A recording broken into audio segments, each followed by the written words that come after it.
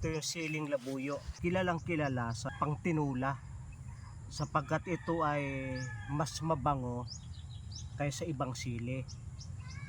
At kapag yung papaya pagkagaya tayo ibibilad ng 2 oras tapos ay sasangkutsahin sa dahon ng siling labuyo ay amoy manok kahit walang manok. At ito ay talagang napakahusay sa pigsa, sa mga masasakit na katawan, tinatapal yung dahon. Pero ang aking ginawa ay hindi gayon ng pataas kundi palaganap. Ang paraan, ganyan pa lamang ay puputulin ninyo yung dulo.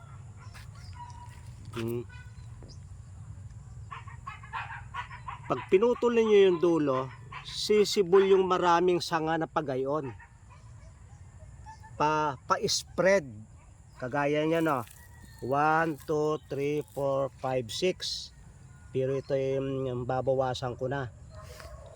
At maliit pa dapat ay puputulin na nyo yung dulo.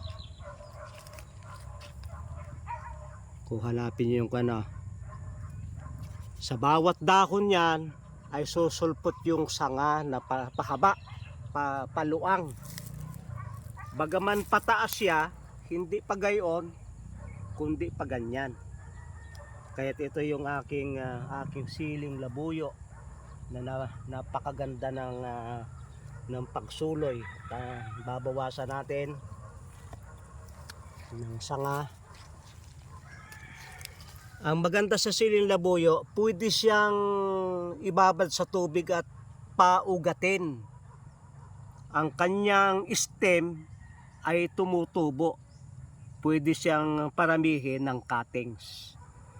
At kung gusto nyo na palago-laguin, yung mga unang sanga ay inyong tatanggalin. Ano? Naku, napasama na tuloy, hindi bale.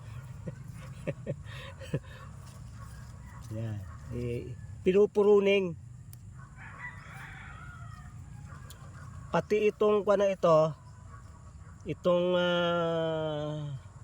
itong sumuloy na ito, babawasan mo na rin sa pataan. Kasi bubulaklak agad. At yan ay pagkaraan ng 2 weeks. Napakalago na nitong ating siling labuyo. Mas madaling itanim ang cuttings nito.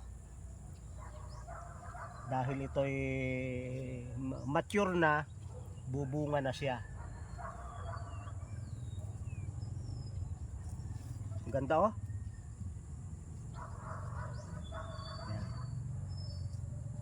Bagman ito'y naputol, hayaan na natin. Okay. Dahil nilagyan natin ng balat ng buko, basa pa rin oh. Kung walang balat ng buko, ganyan na yan oh. Ang ganda oh. Oh. Moist.